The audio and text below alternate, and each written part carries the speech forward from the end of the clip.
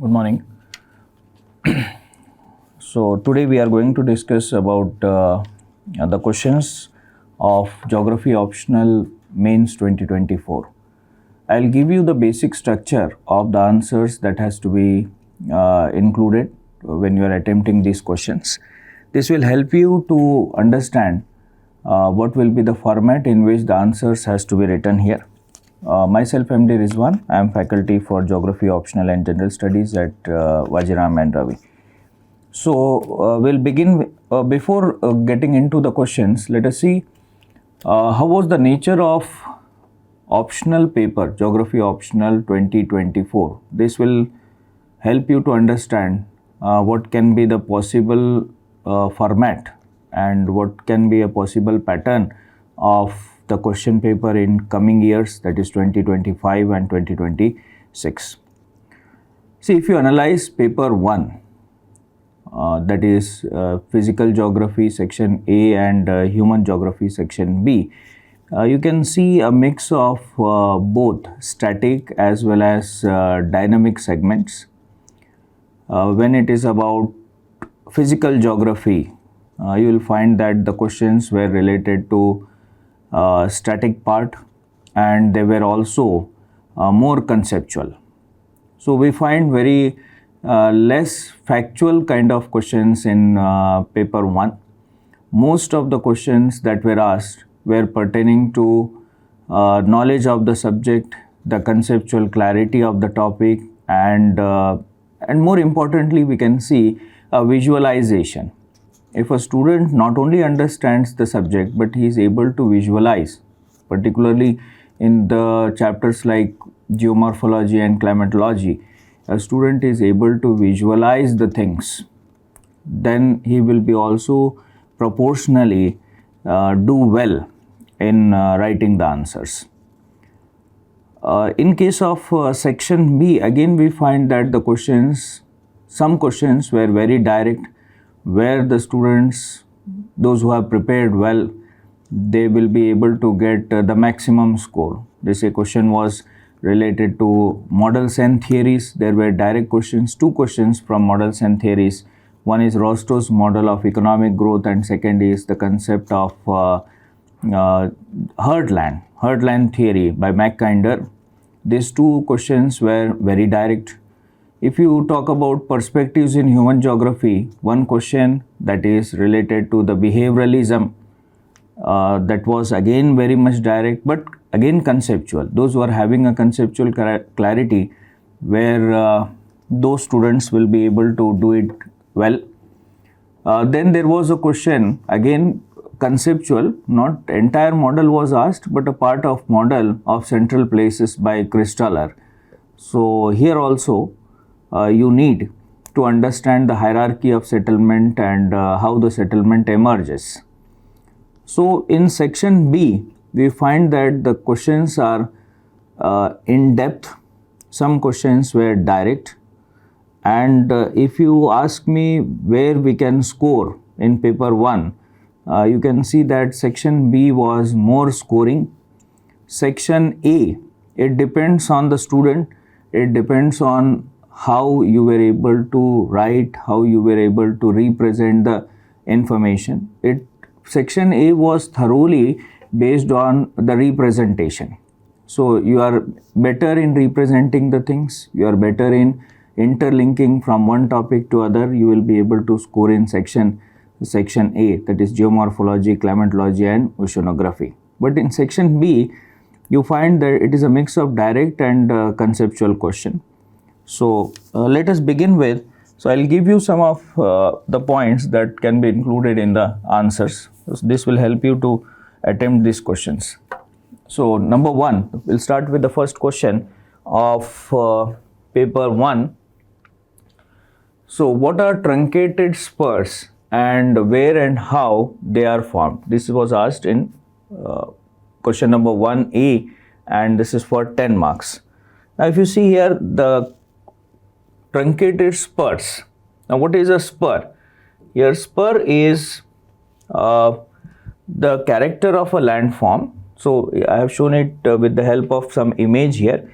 So we can see a landform that has a ridge-like appearance in between, that will be treated as a spur. So here for this question we have the keywords like truncated and spur. So spur is the character of the landform here, and truncation, the process of truncation is nothing but related to denudation. This is the process of weathering and erosion. So when there is a narrow ridge-like structure that is separating the two river basin, this will be considered as a spur, a ridge or spur. Now here in this case we can see this is considered as a truncated spur.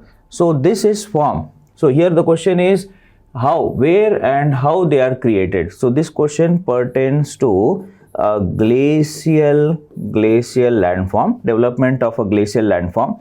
Now here in this case, when the glaciers are eroding, so there is a formation of one U-shaped valley here, and at the top we can see the erosion by the glacier has created two hanging valleys. So here this can be pertaining to V-shaped valleys. Next is we can look at these are hanging valleys in the glacial landforms, and further we can relate it with these hanging valleys connected with the main valley here. So this ridge-like appearance of the landform, this will be considered as a truncated spur. Now there can be different processes that can result in formation of these truncated spurs.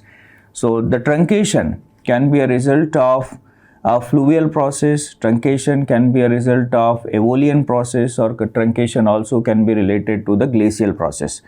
But when we look at most of the landforms across the globe, we can find that this type of landforms are more related to the glacial cycle of erosion.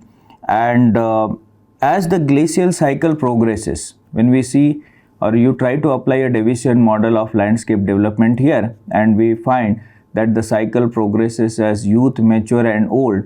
In the youthful stage, when there is a down cutting of the valleys, there is a V-shaped valleys created that are separated by a steep sloping structure. So V-shaped valleys with a steep slope, this will be resulting in formation of an intermediate ridge-like formation or intermediate spur-like formation that are known as truncated spur. So you have to include the formation of the truncated spurs. Then second, where you can find this. So wherever there is action of the glacier, so you can relate it with the mountainous regions, like formation of truncated spurs in Alps, alpine mountain, formation of truncated spurs in Rockies, truncated spurs can be there in Himalayas, and also we can see the truncated spurs formed in the regions of subpolar region, that is the Scandinavian countries. So why it is important? Why these features are important? Because they play an important role in determining the evolution of the landform, and also how is the sedimentation in the adjoining areas. This also plays an important role in the characteristic of the drainage, development of the drainage in this region. So these are the main points that to be included in question number 1. Now let us move to the second question. Second question 1b, it was formation of a temperate cyclone depends on the condition of the axis of dilation. Elaborate or elucidate. Now here when the question is asking you to elucidate on what is the condition of axis of dilation. Now this is related to the temperate cyclone, or this is a extratropical cyclones. Now, so in this case, so you have to write about what is an axis of dilation in a temperate cyclone. So first define the condition of a temperate cyclone. Number 2, try to link it with the polar front theory. Third, look at the pressure systems and the formation of a temperate cyclone. Then we will be able to identify the formation of the cyclone is associated with the development of the front, and then there will be formation of a neck point, right? So in this case we find that as the neck point is created, so the point where there is the lowest pressure and pressure gradient existing, this will be considered as a neck point, and around this neck point there will be movement of the front. So there is a development of the warm front and cold front, and we can see here it is a cold air mass and this will be the warm air mass, cold sector and warm sector. Okay. So here when you talk about axis of dilation is nothing but the region that lies between the warm air and cold air mass. This corresponds to the formation of a front. We can say axis of dilation is also a region in which the front is getting displaced or the front is getting rotated. So because when you look at the condition of formation of a temperate cyclone, it is associated with low pressure and rotation of the air or rotation of the wind around the low pressure. So how is the front rotating? How is the cold and warm front rotating, and how one air mass is capturing the other air mass? This is going to determine what is known as axis of dilation. So in this answer, you have to take the help of polar front theory to explain the phenomenon of temperate cyclone and explain the axis of dilation. And you can then elaborate about the displacement of the front, and finally the phenomenon of occulsion of the front. So this will be the major points that need to be included in this answer. Next, let us look at 1C. With the suitable example, explain the factors causing the sea level changes. Now this question is relatively general, but you need to specify here factors causing a sea level change. So when it is about a sea level changes, see, there are different conditions of sea level change. So we classify the sea level changes as a global phenomenon, or it is a regional phenomenon, or it is a localized phenomenon. So we can see this sea level change is experienced in the coastal areas. So what happens because of the sea level change? There will be change in the intertidal zone. There will be influence on the sea waves. There is an influence on the height of a tide. There will be influence on the landmass. There will be influence on the process of denudation, the fluvial processes that are operating on the coastal areas, coastal erosion and deposition. All this gets affected by the change in the sea level. So, but the question here pertains to what are the factors that can contribute to the sea level change. So when you consider here the factors, we can look at three kinds of sea level changes. Number one is known as the eustatic change in sea level. This will be considered as glaciofluvial change in sea level. This glaciofluvial change in sea level is caused by climate change. This is pertaining to the phases of global warming and ice age, right? Now this can be experienced. So this sea level changes are experienced throughout the surface of the earth, and you can see the impact of such sea level change across all the oceans simultaneously. This can be associated with the phases of Milankovitch cycle or the cycle of climate change. So you can write here the example of Pleistocene glaciation. This can help us in understanding how the sea level has declined during the Pleistocene period, and post Pleistocene, that is Holocene, there is a cycle of warming, and this has led to recent rise in the sea levels. Number 2, the second one is the sea level changes that are associated with the tectonic activities. These are known as tectonic changes in the sea level. Tectonic changes in the sea level are associated with the change in size of the ocean basin. Now, when you consider the size of the ocean basin, this is where the ocean basin is decreasing in size, the sea level will rise. If there is expansion of the ocean basin, the sea level will fall. This phenomenon, the tectonic rise and fall in the sea level, this can be experienced regionally, means it is experienced by that particular ocean. So suppose it is happening in Atlantic Ocean, there can be a different influence on sea level. If it is happening in Indian Ocean, this is influenced in a different way. So like when you consider tectonic changes in the sea level, this can happen because of the nature of the plate boundaries present on the ocean floor. Like take example of Atlantic Ocean. What is Atlantic experiencing? Atlantic is experiencing a divergent boundary. There is a formation of a mid-Atlantic ridge.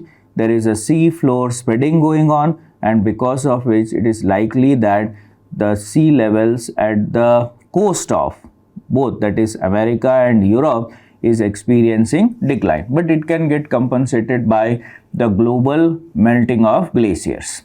So this can be there. When it is a convergence, so for example it was an Indian plate colliding with the Eurasian plate, in such cases we will find the sea level was rising.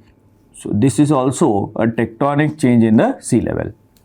Now the third format of sea level change, third will be considered as isostatic change in sea level. See, when you are writing answer for this question, for every type of sea level you have to give one example and elaborate. So what is isostatic change? So here we include the concept of isostasy in geomorphology. Isostasy is the mechanical stability of the landform on the surface of the earth, and to achieve this stable condition, what the landform is doing, the landform may rise or landform may undergo subsidence. With the rise and subsidence of the landform, coastal area of that landform may experience, apparently it is experiencing rise and fall in the sea level. This will be referred as isostatic change in the sea level, which is not a real change. This can be apparently felt because of change in position of the landform, and this is localized in the sense this can be experienced by that landform. For example, if it is an island, the island is uplifted, so the island may experience a fall in sea level. If one part of the continent is undergoing subsidence, it can experience a rise in sea level. So this is the third case. So your answer should consist of three important points, that is factors are glaciofluvial factors or climatic factors, second is tectonic activities, and third will be the isostatic. Apart from this, there can be other local conditions. They say thermal expansion of water can cause rise in sea level. Atmospheric changes, that also can, this atmospheric pressure is responsible for rise and fall in the sea level, that can be experienced locally, right? So for example, there is a tropical cyclone. During tropical cyclone, there is a low pressure established over the ocean. When the low pressure is created, the air column is uplifted, and when air column is uplifted, the water level will rise. So these are some localized phenomena. One is global, regional, local. So apart from the three major, you can see thermal expansion, then you can look at the phenomenon of that is sedimentation, ocean current, and atmospheric pressure. These are also responsible for the sea level change. And in the last, you can write what is the influence. In short paragraph, you can mention what is the influence of sea level changes on the other spheres. So this will be sufficient for 10 marker. Now next one, so we are looking at question number 2A. Examine the recent views on mountain building process and divide the world mountains on the basis of their genesis. Right? Now here the question is of geomorphology and it is pertaining to landscape development. Here we are looking at what are the recent views on mountain building. So here mountain building process and divide the world mountains on the basis of their genesis. This is basis of their genesis means basis of their formation, right? So here two parts. We look at what are views on mountain building. So we will divide the views into two categories. One is the classical theories of mountain building, and what is the modern view on modern theories or modern view on mountain building. So classical theory, this include the theory of geosynclinal theory is considered as the classical theory. We can see some mention of mountain building in continental drift. Then convection theory, that can be considered as a classical. And what is considered as the modern view of mountain building, this is related to the concept of plate tectonics. So how are mountains created? This can be explained by a modern view, that is a plate tectonic view. So the next part, so you are explaining this in short. Next part is divide the world mountains on the basis of their genesis or formation. So when you look at the mountain as a landscape, we can have three types here. One is volcanic mountains, then it can be a block mountain, and then there can be a fold mountains. So when now you have to explain about the fold mountains here.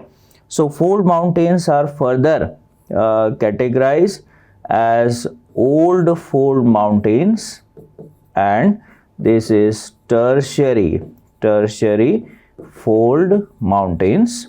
And tertiary fold mountains are into we can look at four categories. This will be Rockies, Andes, Alps, and Himalayas. These are the four types or four categories of the fold mountains here. So Rockies, Andes, Alps, and Himalayas. So next part of the question, so as it is of 20 marks, so one is you are explaining half of the answer in this. Next half you are explaining about the tertiary fold mountain. Now we explain a relief difference between, what is the structural difference between Rockies, Andes, Alps, and Himalayas. This will be related with the type of plate boundaries, and the type of plate margins. So here, for example, now each of this you have to explain. Just Rockies are related to Pacific plate and North American plate. Andes are related to Nazca and South American plate. And why are Rockies and Andes differing from one another? Why there is a difference between Alps and Himalayas? So here in this answer, we are explaining two orientation of the fold mountain, that is north-south orientation of the fold mountain and east-west orientation of the fold mountain. So this will be the second part of your answer. So it is in this way. So first, this is more easy question. It was directly related to the concept of plate tectonic. Only major aspect here is you should be able to show a structural features which makes one fold mountain different from other. So this is number 2A. Next one, describe the latitudinal distribution of Köppen's classification of world climate. So here latitudinal distribution of Köppen's classification, in the sense that on the hypothetical condition of the world. So for this question, latitudinal variation, in the sense we should know what is a general classification of the climate. Then we are looking at what are the criterias for Köppen's classification, and what is the first order, second order and third order classification. So criterias you define here. The criteria will be mean monthly temperature, mean monthly rainfall and seasonal variation. And also we can see that Köppen, he gave importance to the vegetation correspondence. Vegetation correspondence was one of the important criterias in case of Köppen's classification. So first is we have to mention that the Köppen's classification is more a genetic classification of the, though it has some element of empirical, but it is more oriented towards the genetic classification. So first try to explain what is meaning of general classification, then you say the criteria, and then what is first order. First order is we are finding a climatic groups. So how many climatic groups? A, B, C, D and E. Explain this. Then there is a climatic type. You have to explain the symbol like M, F, S, W, capital S, capital W, T and F. And third, we are looking at the temperature like H and K, and these are temperature, hot and cold condition of desert type. So they say B is a desert, A, B, C. Again you explain here what is A is tropical, C is mesothermal, microthermal, E is a polar region. So you have to explain monsoon, forest, summer dry, winter dry, again semi-arid, arid and taiga and frost, right? And H and K, then we have A, B, C and D. These are the three categories, as we are aware that this will be combined. So what we have to do finally is show that as we move on a continent, so on the surface of the earth, what will be the climatic condition here? A type of climate, C type of climate, D type of climate and E type of climate. And what can be A? So again you are showing in a particular part of a continent, depending on the western and eastern margin, there will be development of certain type of climate. So here we will be able to conclude AF type. AF type is the equatorial type of climate. As we move up, we will be getting AMW type of climate or AW type of climate, CW, CS, like this. So I'm just showing it on the general assumption of a hemisphere where the continent is existing. As we move from equator to pole, we are getting the arrangement of certain type of climate by combining these symbols or these letters, right? So those who are obviously listening to this answer for the first time, they will not be able to understand this, means what is the meaning of all these letters, unless you know what are the conditions of this combination and what is the meaning of each and every symbol. So first you go through the Köppen's classification scheme and then you relate it with the general classification, then only you will be able to write this answer. Okay, so this will be the major structure of answer for this question. Now this was 2B. Look at 2C. With the suitable condition or suitable sketches, elaborate the bottom topography of Indian Ocean. See, the question is pertaining to the ocean bottom relief. So when you talk about the ocean bottom relief, OBR, this is more or less a factual question. So ocean bottom relief of the Indian Ocean. So ocean bottom relief, what ocean bottom relief consists of? When we are describing OBR, we describe the profile of the ocean.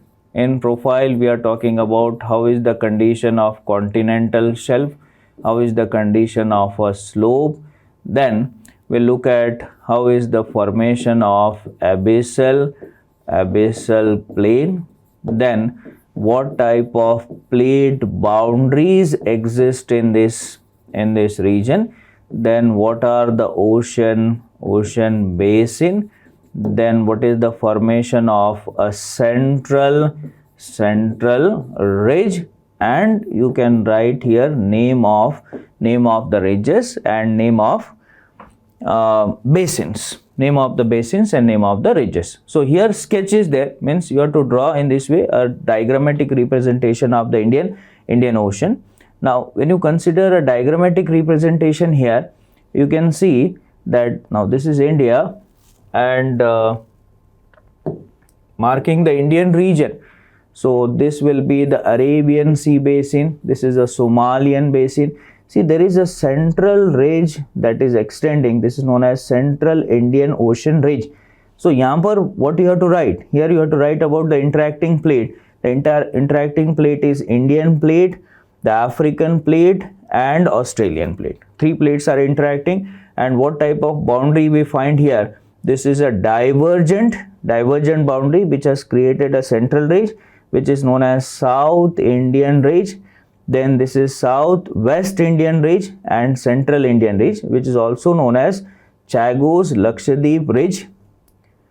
And then we are having some extensions here which are connecting the continental slope. So here we can see the basin created in between. This is Madagascar Basin, Crozet Basin, then Perth Basin or West Australian Basin. So these are the basins.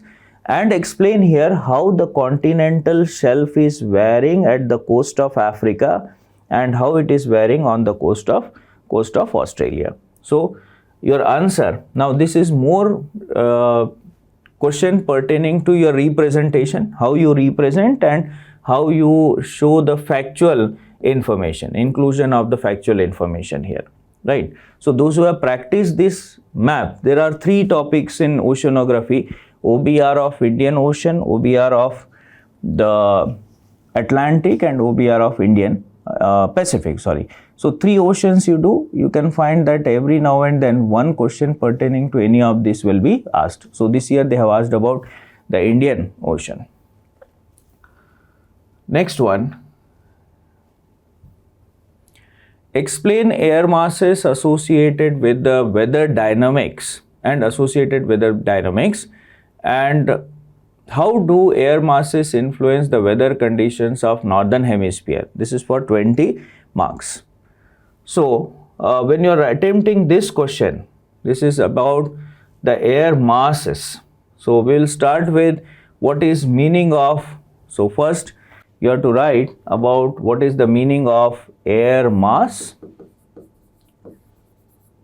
Number 2, you write some points about the types of air masses. That can be a classification of the air mass. It is C and T, that is continental, tropical, or we say continental and polar, and then we say T is tropical and M is maritime, and depending on the source region. So here there will be a source region for all these air masses. The source regions are of 2 types, that will be primary and secondary source region. Now, how is weather modified? Weather modification by the air mass.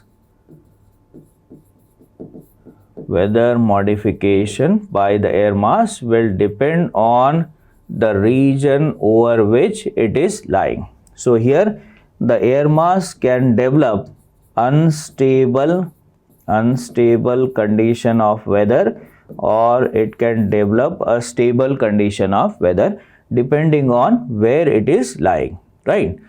The next part of the question is air masses influencing the weather condition of northern northern hemisphere. So this will require draw the map, show the regions of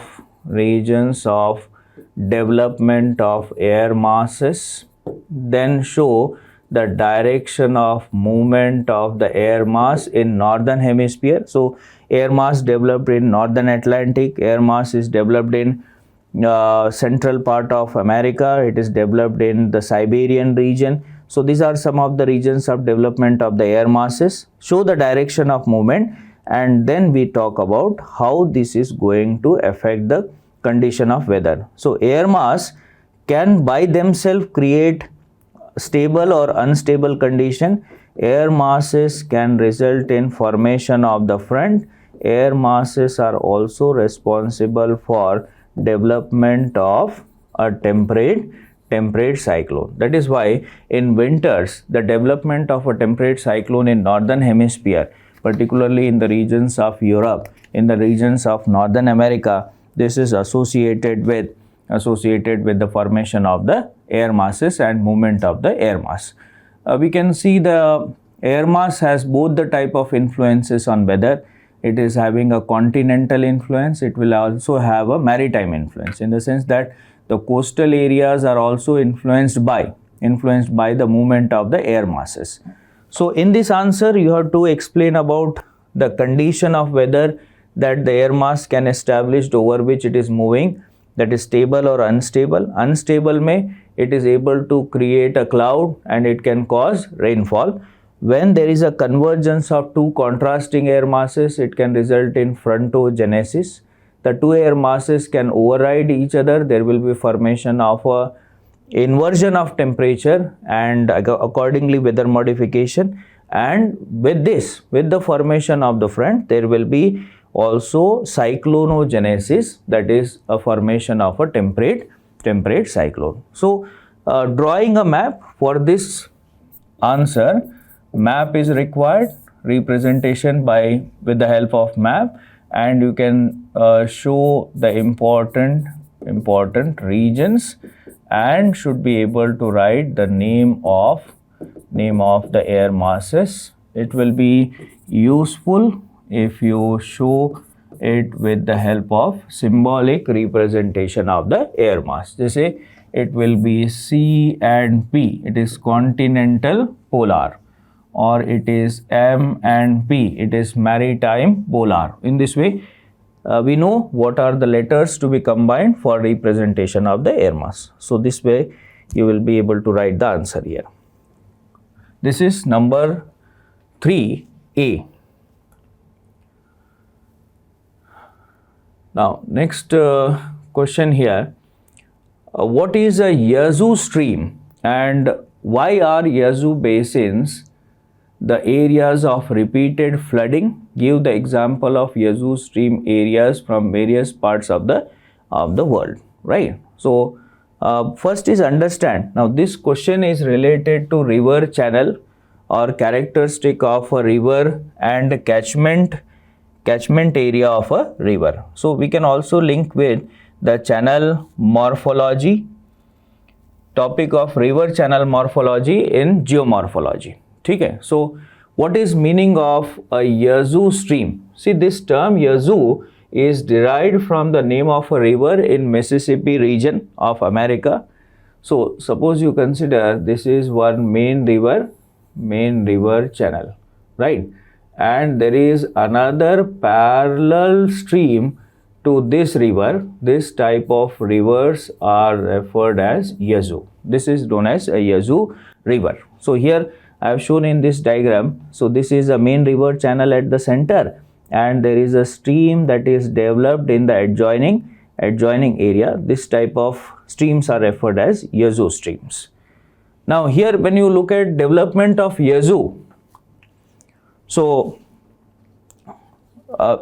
first understand, this is important question. This question, what is the source for this, why it is asked? It was there in current affairs. So but not in last year it was in news. So from that this term has been picked up probably.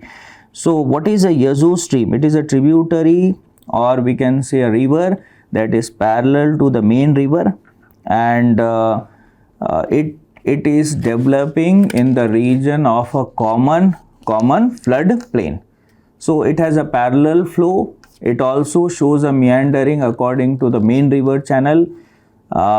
Second, it is also developing its own plain. So we can see the drainage or catchment area of a river. So when you see a catchment area, there can be several. See, in general, how will the pattern of drainage? The pattern of drainage will be it is a dendritic pattern of drainage, or it is a trellis pattern of drainage, where many rivers join to form a main river, right?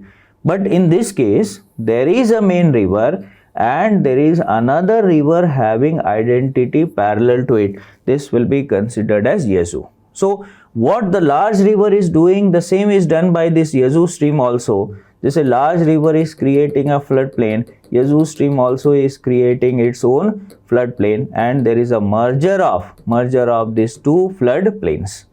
Now we can say that how is this Yazoo stream created? Yazoo stream can be created by multiple factors. So it is related to development of drainage pattern or evolution of the catchment area of the river. So it can be associated with anastomosing rivers. It can be associated with excessive sedimentation from the adjoining areas. It can be associated with the stage of development of the landscape. It can be there where the landscape has reached its old stage and there is development of a large concave basin. We can also see the Yazoo is developing as a result of meandering of the stream, where one part of the river gets detached from other. So there can be different factors responsible for the development of the Yazoo stream. They say, as I told you, I am repeating this is important. It can be a result of anastomosing pattern of drainage. It can be a result of excessive sedimentation. It can be a result of meandering of the river.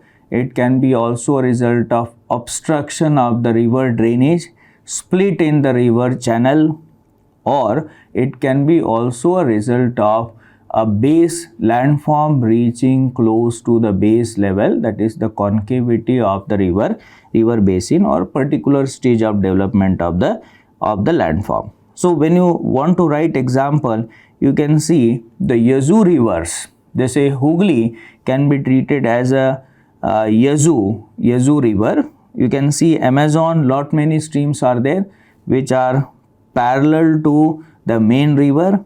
And in case of Mississippi, where it gets its name, Yazoo is the name of the river itself, right?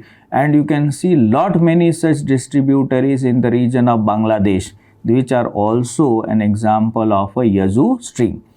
And what happens in all this? The sediment load in the Yazoo stream will be very high. The rivers generally tend to capture the adjoining area. The tendency of the river is to flood. So the frequent flooding is one of the major characteristic features of the Yazoo streams. So this will be some important points included. Next is, now these were the questions in section A, mostly related to your 3 chapters or 5 chapters, first 5 chapters, geomorphology, climatology, oceanography and bioenvironmental geography. Now let us see the questions that are related to section B, that is human geography. Question number 1 here is 5A. Critically examine the significance of the behavioral approach in development of human geography.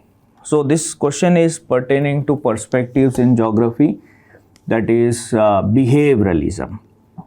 So critically examine the significance. They are asking you significance of behavioralism in development of human geography. So first thing you should write that what is this behavioralism? Behavioralism was a part of critical revolution which came into existence after the quantitative revolution, and it was the reaction to the quantitative revolution. So we can also say that it was the outcome of failure of spatial location theories that were developed, spatial location models that were developed in quantitative revolution. So here write about some important contributions. Julian Wolpert, he was one of the major contributor in development of behavioral approach or behavioralism in human geography. And what is the objective of human geography? The objective of behavioral geography or behavioralism was to analyze man-environment relationship with respect to cognitive ability of man, right? It means that how is man interacting with the environment? This decision made by the man depends on his thought process. This depends on his cognition. This depends on the mental image that is existing in the mind of an individual. So behavioralism was individualistic. It was a psychological approach towards geography. It was about understanding man-environment relationship with the psychological perspective, and it tried to understand why people have a different way of interaction with the same environment. So according to this behavioralism, we say that man responds to two type of environment. One is objective environment and second is cognitive environment. What is objective? Objective environment is the real condition, and cognitive is how it is perceived by individual. So what is happening in behavioralism? What is the significance of behavioralism? So behavioralism was one of the psychological turn. It tried to identify there can be some alternate methods, there can be some alternate way of examining the spatial aspect of human geographical phenomenon, in the sense that what QR was doing, behavioralism, it said that apart from the economic perspective, there can be other dimensions which we can look at when we analyze how man is interacting with the environment. Because in quantitative revolution, there was only one way in which the man was interacting. That one way was economic incentive or profit maximization. This was replaced by perception in case of behavioralism. So a mental image, how an environment is perceived by man, this is going to decide how people are interacting with the environment. This provided now a wider scope to include many other things that were otherwise excluded by the quantitative revolution in human geographical studies. So this will be the major aspect of this answer. Now, question number 5b, this is about economic geography. While scarcity of water resources are felt locally, but its causes are increasingly global. Now, what is meaning of this? This question is pertaining to water resources.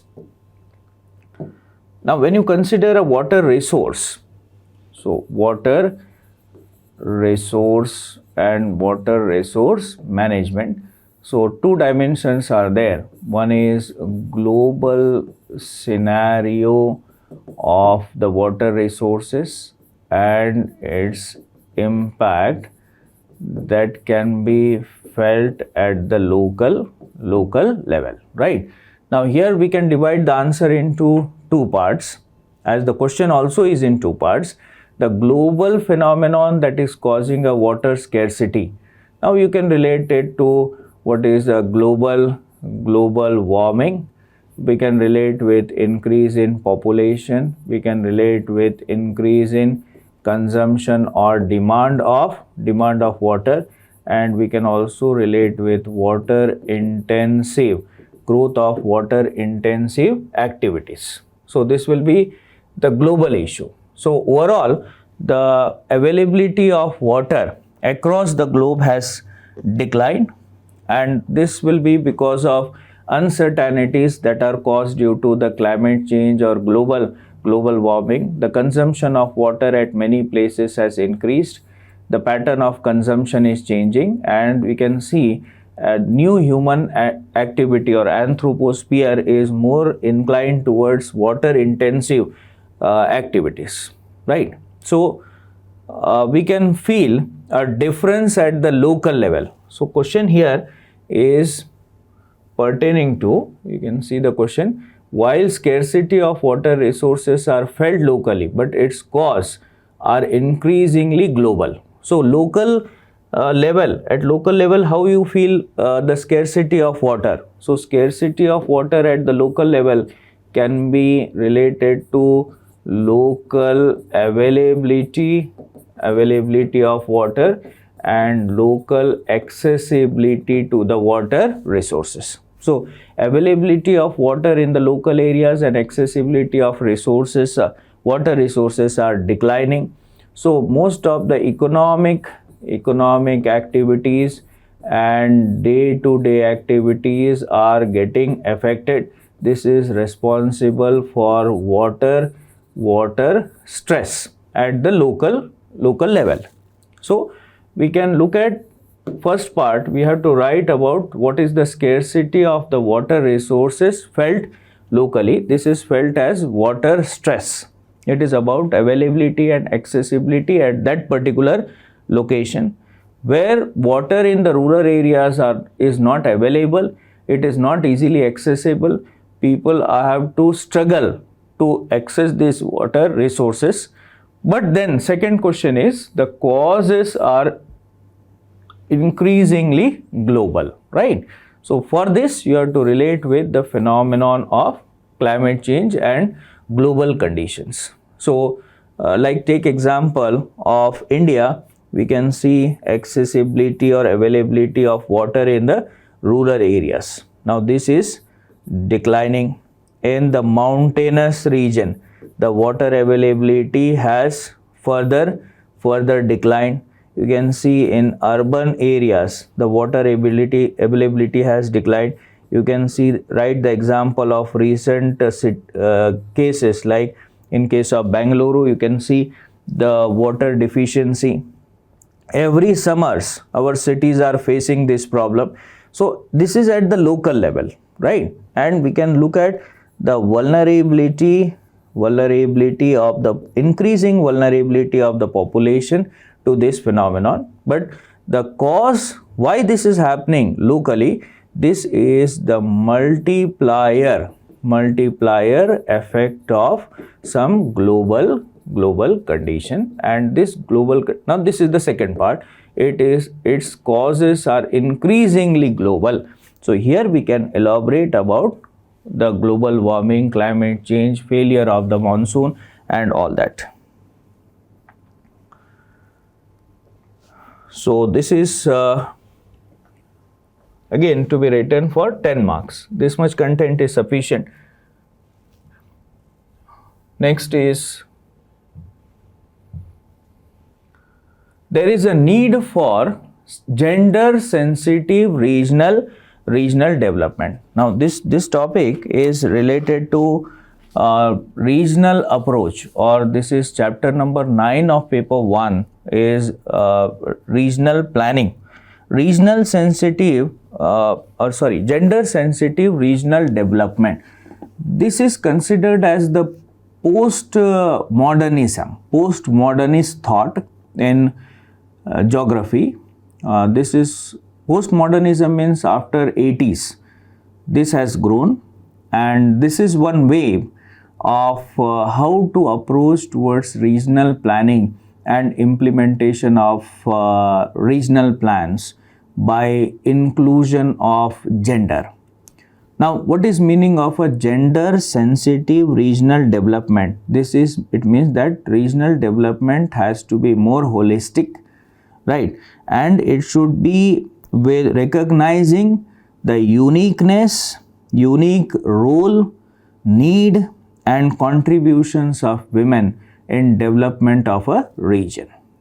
So It is about need for inclusion of women, role of women in regional development, and their contribution in regional development. Unless we identify this, we cannot have a gender sensitive approach in regional planning, right? Now here this is also known as feminist approach in regional planning.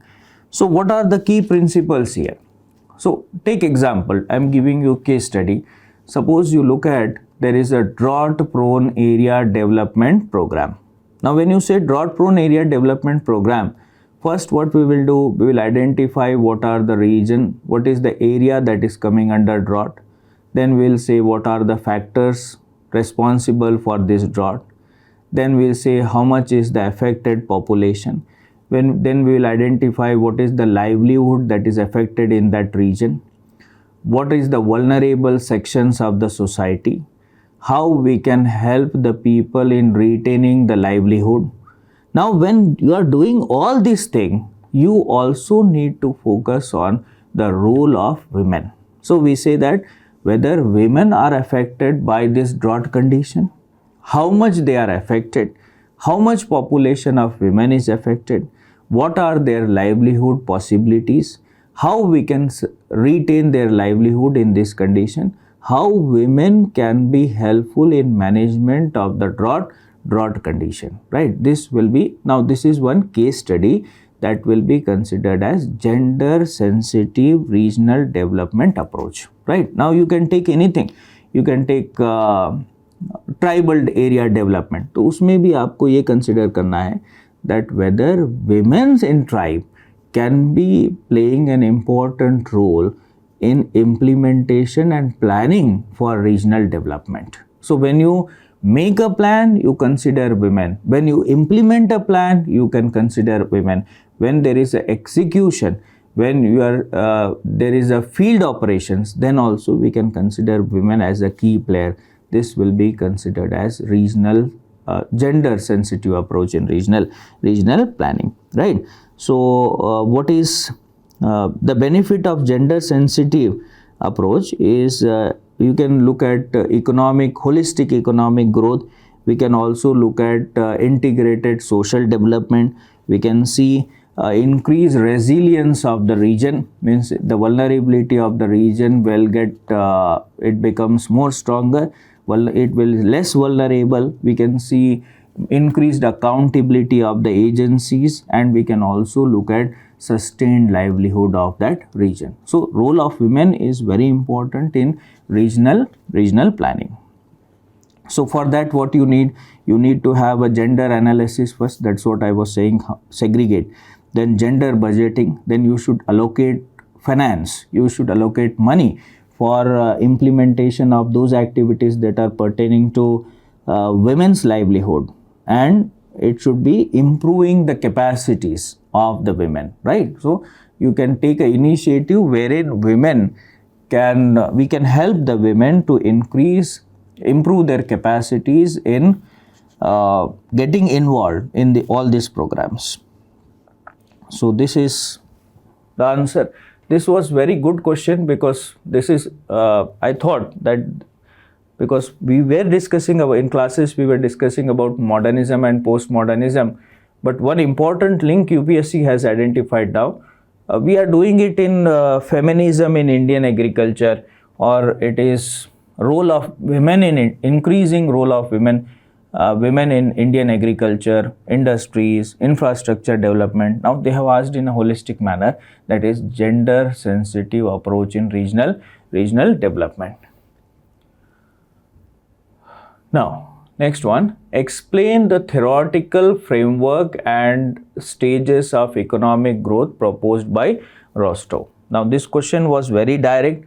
This is related to the Rostow's model of economic growth, 1962. This is one of the important economic development theories, or it is also known as the theory of modernization, wherein Rostow talked about how the economic development occurs with time and occurs in stages.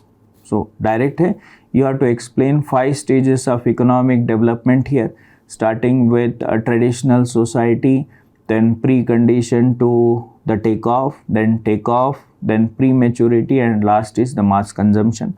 Explain what will be the characteristic of economic activities, how the economic activities transform from one stage to other. Then also explain how there will be social and political transformation as the conditions of the society change, or the economic change in economic structure is also followed by change in social and political conditions of that particular region. So you can give some examples here, and for every stage you can explain that this is the kind of social condition. Social condition means you can look at population, their population growth, the demographic conditions of that region, birth rate, death rate, life expectancy, literacy, labor conditions, then activities, primary, secondary and tertiary. Then we can also look at political kind of awareness. So from stage 1 to stage 5, the society is moving from integration to differentiation. So that was the main point here. So theoretical framework, this was more a direct question. इसमें एक diagram, one diagram you need to draw, and with one diagram you have to explain 5 stages of economic growth. This will be stage with economic transition. Second is political transition, and then it is a social transition. 3. So next is question number 6b.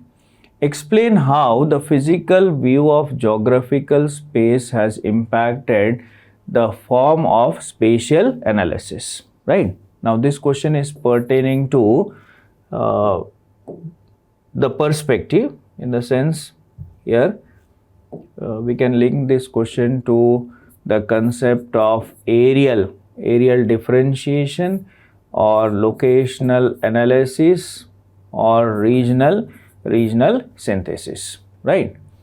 So here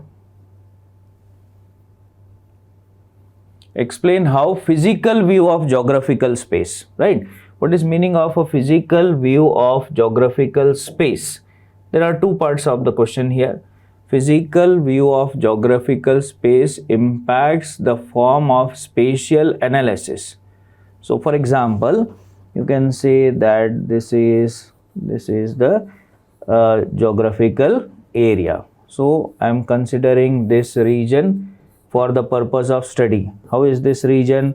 This is a mountainous region. Okay? So this will be known as a geographical space, right? So mountainous region. So this region is a mountainous region. This is a geographical space and has impacted the form of spatial analysis. So what are different type of geographical spaces? Geographical space means the natural conditions on the surface of the earth. The segment of natural condition on the surface of the earth is known as geographical space, right? So this can be identified with respect to a selected criteria. This is topography, climatic condition, or height from the sea level, relief structure, type of landform. So we can look at the geographical spaces can be mountainous, plateaus, desert, island, ocean, lake, rivers, catchment area of the river. All this can be considered as a geographical space. So first part of the question.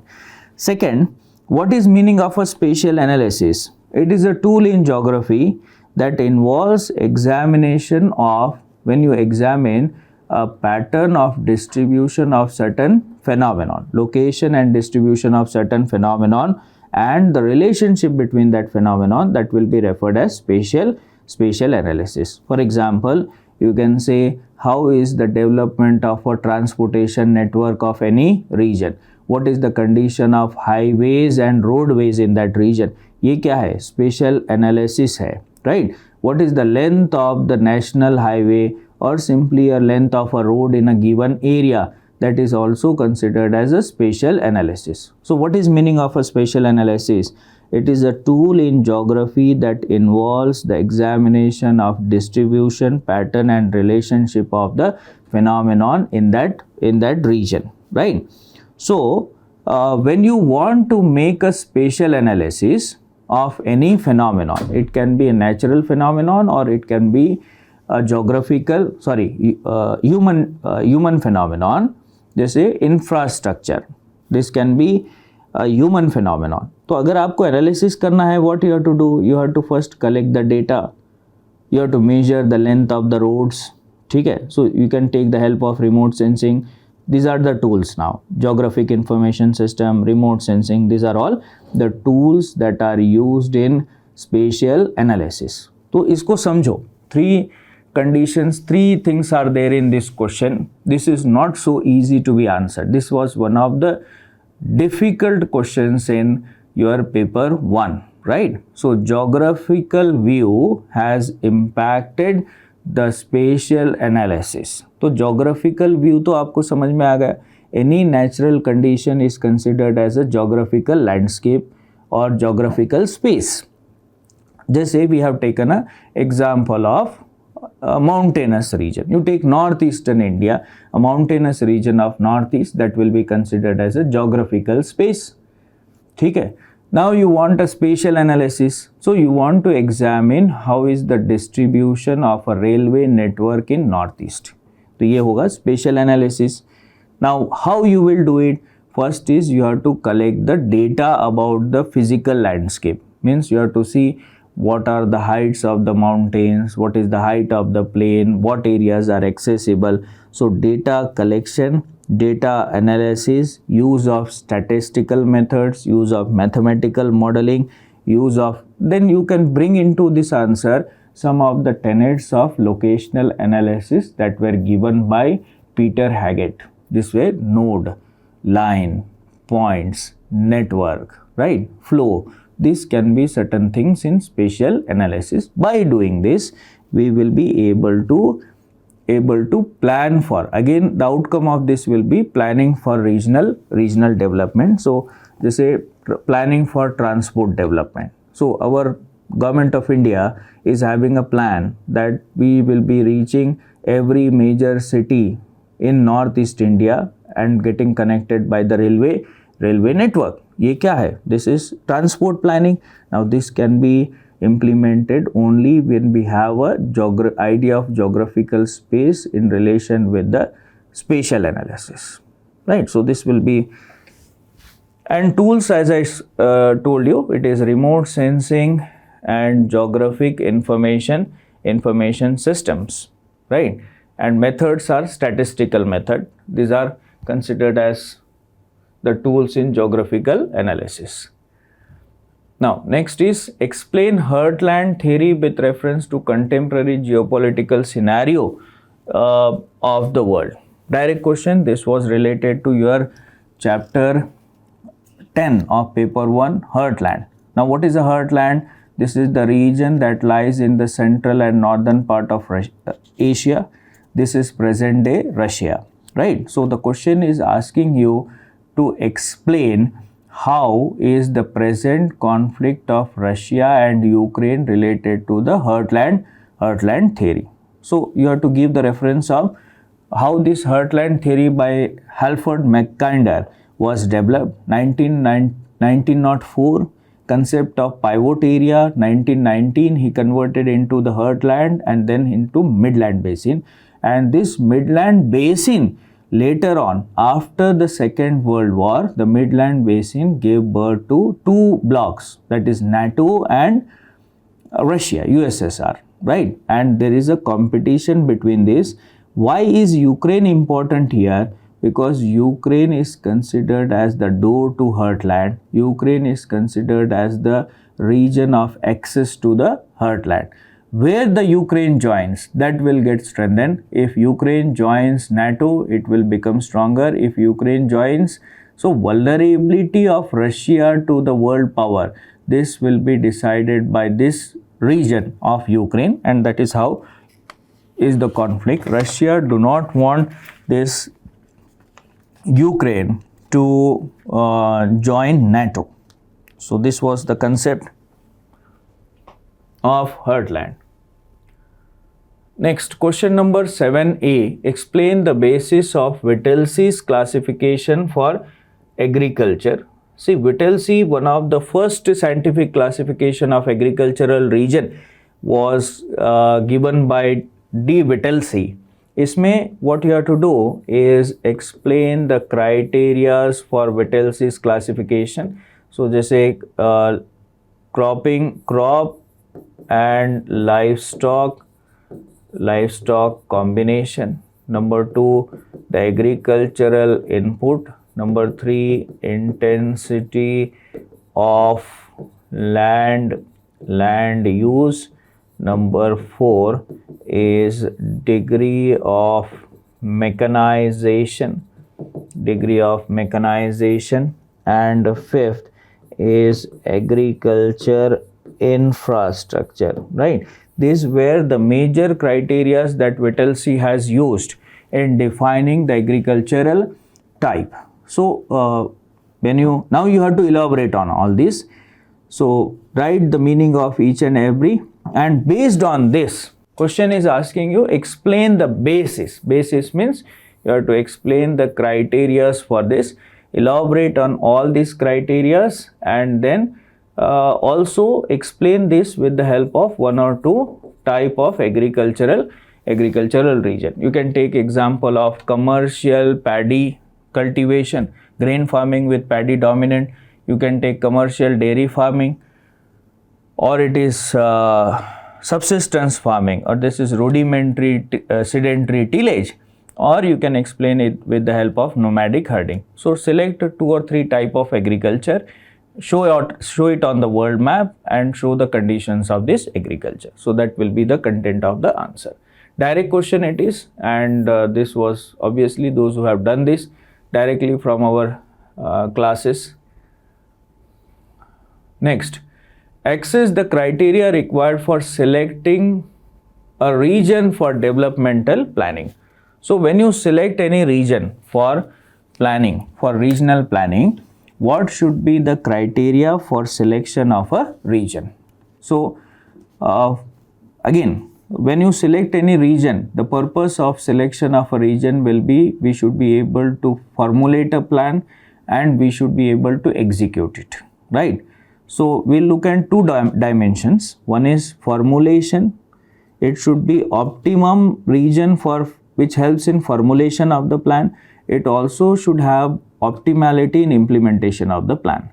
So optimality in formulation will be there when, number 1, you have sufficient population, it is sufficiently large, it is not too large or too small, it should be with certain kind of resources, it has economic potential, it has self-sufficiency, there is a possibility of economic integration, there is a economic diversity, there is a social linkages, social homogeneity, there is sufficient growth of population, and there is availability of natural resources, there is almost a uniform condition of climate, and we can say there are common resource and common problems, right? These are some essential condition.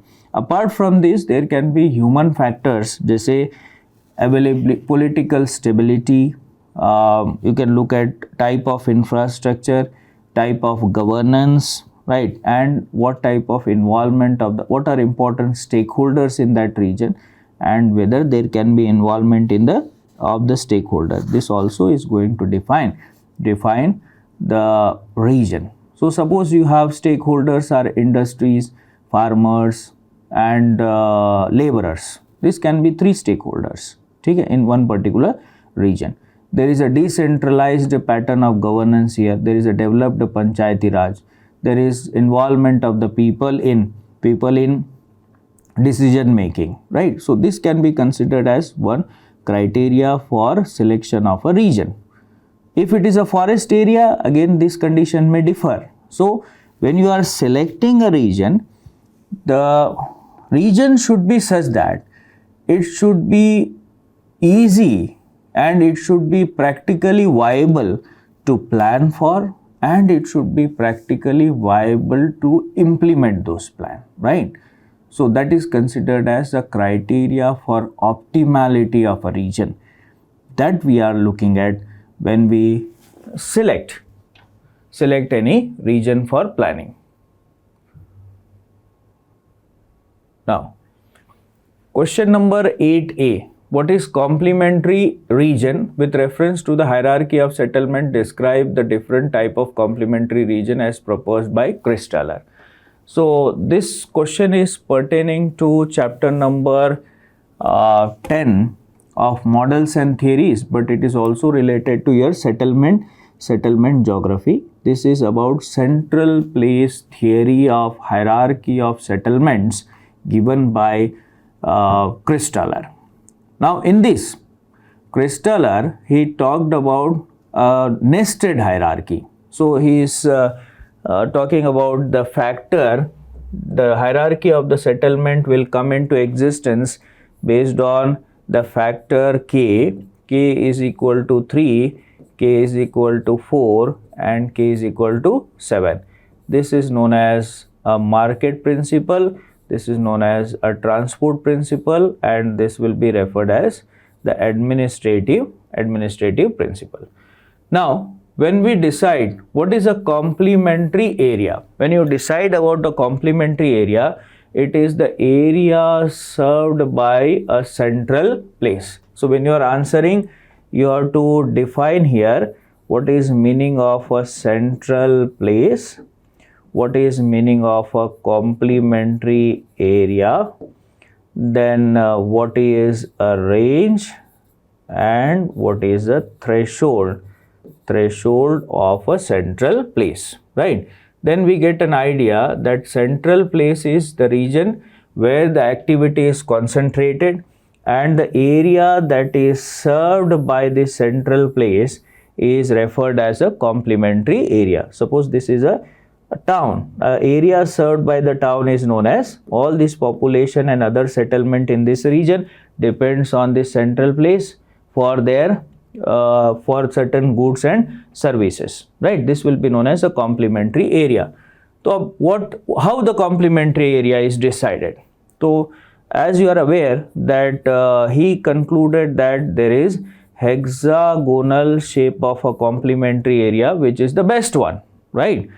So why complementary area? So answer should consist of this: the argument against a circular pattern of complementary area, why this is rejected, why the rectangular pattern is not very much practical, or why sectoral pattern of complementary area is not practical, right? So why he concluded that hexagonal structure is the most suitable pattern of a complementary area. So in this you have to write argument against, why he has not favored these shapes of the complementary area. So that will be your content of the answer, right? So this is about question number 8a. Last one, question 8b. Analyze the spatial changes in emerging pattern of semiconductor manufacturing across the world, right? So this question, semiconductor manufacturing across the globe, this is more related to development in recent, that is particularly after 1990s, in last 3 decades, how the semiconductor industry have emerged in some of the regions of the world, right? Now here, for this emergence of semiconductor industry, you need the availability of technology, human resources, raw material. What is raw material? Raw material will be in the form of rare earths. Most of this raw material is obtained from the geological condition of that region, or it is obtained on the ocean floor in the form of polymetallic nodules. So you have cobalt, nickel, precious metals, right? So this will be there, and we should also have a refining technology. So it is more about hardware. So what areas have now becoming major? So we can look at Taiwan, Eastern China, Korea, North Korea. Then we can look at the countries like Germany, France. Then in the American region, you can see United States of America. These countries have grown and they are able to over a period establish their identity in semiconductor sector, right? And this was also possible because of the policies of the government in that region, and also the trade in these commodities happening from, so they became an exporter of this technology, or they became an exporter of this product, semiconductor product. And other countries, particularly the South Asian countries like India, are the major importers of these products. So again, this question requires a world map. You have to show it with the world map, and then show the major industrial hubs. So this is 8b. So these are some of the major questions that we have discussed here. So most of them, so I have just given you a framework of the answers. You can check back with your class notes and reference book and elaborate on the same lines. You will be able to write the complete answers according to the requirement of the words. So the first part of the discussion is on paper 1. Let's begin with that. Now this is question 1D. Question 1D is a very simple one from the topic of social forestry. Examine the impacts of social forestry in socio-economic transformation of rural areas. So over here you could have introduced your answer by defining what social forestry is, because one of the key terms you understand definitely is social forestry in this question. So you define what social forestry is. That is when forest conservation, management, afforestation activities, all of these are undertaken through the local participation of communities, through the participation of the local people. So it also emphasizes upon community participation, community ownership of the forest resources, because the local people, they become very important stakeholders of the forest resources. So begin with the introduction by giving the definition, and then directly move on to the impact of social forestry in the socio-economic transformation of the rural areas. So herein you mention the points that it has led to employment generation for the local people. For the unskilled population, it's a very, very important source of employment generation. That's one of the ways to bring about the socio-economic transformation. Another is that local people also get the ownership of, or they can access the economic resources from the forest, the goods and services from the forest, be it timber, be it firewood, be it fodder for the cattle, the minor forest produce. So the women, they often get engaged into the process of collection of MFP, processing that MFP, selling that into the market, which leads to women upliftment, women empowerment as well. So that brings about both socioeconomic transformation. And now when social forestry is undertaken, it can be a source of income diversification for the farmers in the rural areas as well. Because over the periphery of the fields, over the boundary of the fields, the farmers can take up social forestry. So that becomes a source of income diversification as well, an additional source of income for the farmers as well. So these are the direct impacts on the socio-economic transformation. Indirectly, whenever the environmental and the ecological degradation is countered, or let's say now there is better environmental management, ecological management which is going on. With that happening, the soil resources, the water resources, they are going to eventually improve. And with improvement in the soil and the water resources, the agriculture of that area, the lives of the people in general, that is going to improve. So there are both direct and indirect impacts in terms of the socio-economic transformation. So you're going to discuss both of them. Over here, you can give the example of how in Africa, when Great Green Wall Initiative, which was started at the initiative of United Nations across many of the countries like Ethiopia, Mali, Niger, Senegal, Burkina Faso, etc. So across all these countries, it was under Great Green Wall Initiative, it was on the line of social forestry because the local people have been involved. In many countries, locals have been given the direct ownership of the forests as well. So any kind of natural resource management with the participation of the local by giving ownership to the locals as well has definitely, globally it has shown that it has yielded better results. So Great Green Wall Initiative also has been quite successful both in ecological terms and in socio-economic terms as well, because a lot of employment generation through Great Green Wall initiatives has been made possible. So this is how you give an example of Great Green Wall Initiative. Though you can mention about the social forestry scheme in India as well, which was launched way back in 1976 by the National Commission on Agriculture. Across many states, the social forestry programs are running. Karnataka, Tamil Nadu, Haryana. Across many states, there are examples of socio-economic, of social forestry programs. And then the forest department has engaged with the local people and the lives of the locals, how there is a socio-economic transformation. Those examples can be quoted as well. But had this question been in paper 2, of course, example from India would have done. But since this question is in paper 1, so global example, that's why I quoted the example of African region primarily. So that's about question number 1D. Now, question 1E. The mountain regions are more fragile to the ecological changes. Elucidate. So you have to explain it and then you have to give the examples as well. That is what elucidate means over here. Mountain regions are more fragile to the ecological changes. So you begin with the introduction that mountain ranges are more fragile to the ecological changes because of the physiography, the geomorphic processes, that is the terrain and the related geomorphic processes, because of the climatic variations across the mountain slopes.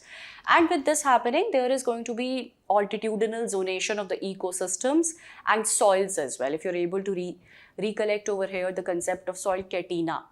So, because of the altitudinal gradation across the mountain slopes and the various geological processes which happen over here, the mountain regions, they become quite fragile to the ecological changes. Now, this is the question from environment geography wherein the theme becomes the regional ecological imbalances. Every year they ask you one of the regions, right? And mountain regions across the world, you could have given the examples over here. But first of all, what are the factors that the mountain regions, they are more fragile to the ecological changes?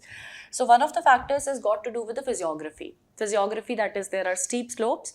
There can be these active slopes as well. Active slopes in the sense that there are active plate boundaries. For example, Himalayas, Alps, and all of these become the examples which are prone to earthquakes as well, landslides as well. So because of landslides, because of any kind of slope failure, like soil creep or landslides, can be rapid, can be slow, there can be ecological degradation taking place over there. That becomes one of the factors. The second is that mountainous regions, they are also sources of important rivers and freshwater reserves in form of springs, in form of rivers, like I said.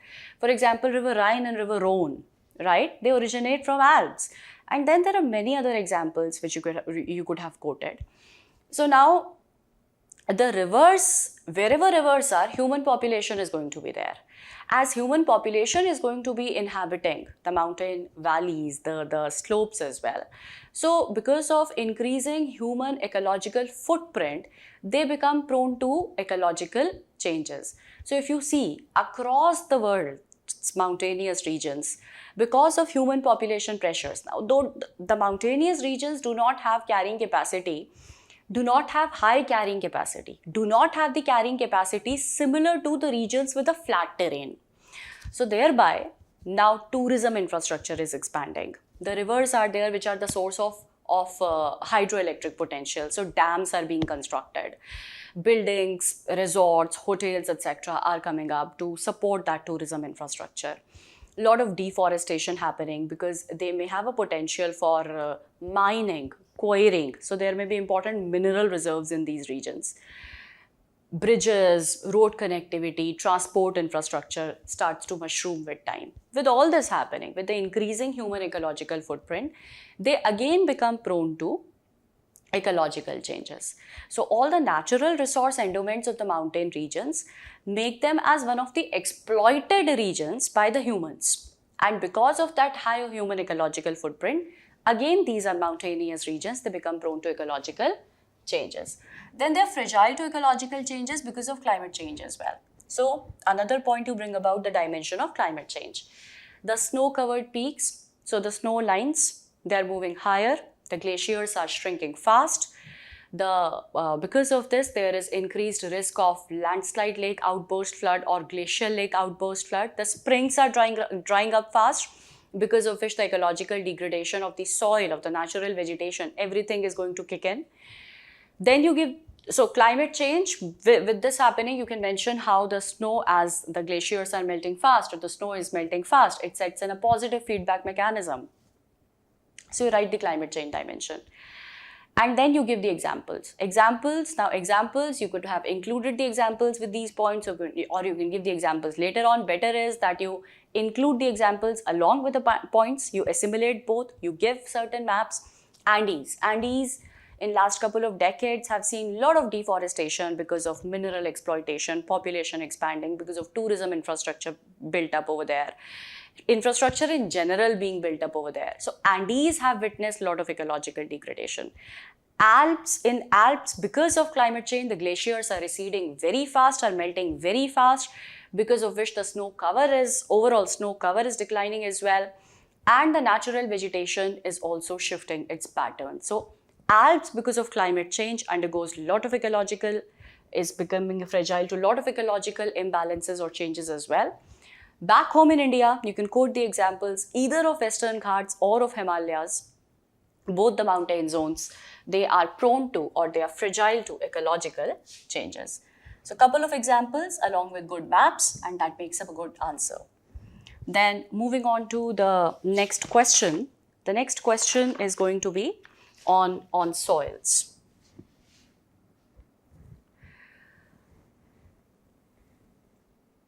So we have this question 3b, which says that soil erosion is creeping death.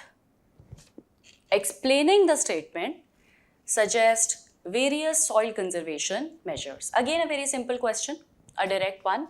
Soil problems, that's asked in many ways, this time soil erosion. So first of all, you define that soil erosion is a type of land degradation, water erosion, wind erosion. These are the types of the soil erosion. The factors why the soil erosion sets in. So what are the reasons that the soil erosion sets in? And it's a creeping death. So you have to explain the statement, how it becomes creeping death. That's very important to be explained over here.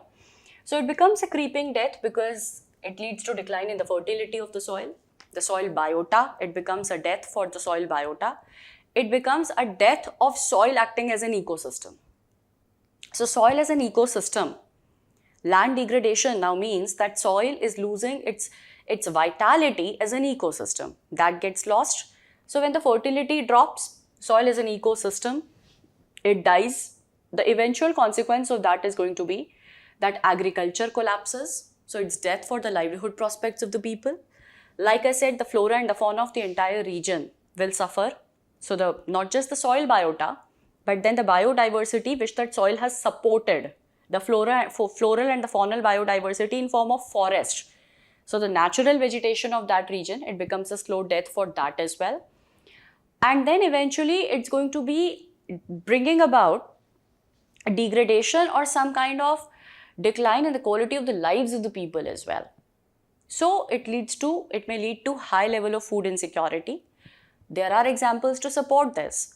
Sub-Saharan Africa, the desertification of Sub-Saharan Africa, it began because there was high incidence of soil erosion caused by droughts. Now the reason for that soil erosion may have been droughts, there were multiple reasons. Prolonged drought, along with that, overgrazing by the cattle, the deforestation in the region. So you mention the factors which are responsible, and then you give the example of Sub-Saharan Africa, how the desertification triggered by soil erosion became a cause of death for all the entities I mentioned, the soil biota, soil's fertility, soil as an ecosystem, the natural flora and fauna in that region, along with that, the habitation of that region that was forced to migrate to other regions.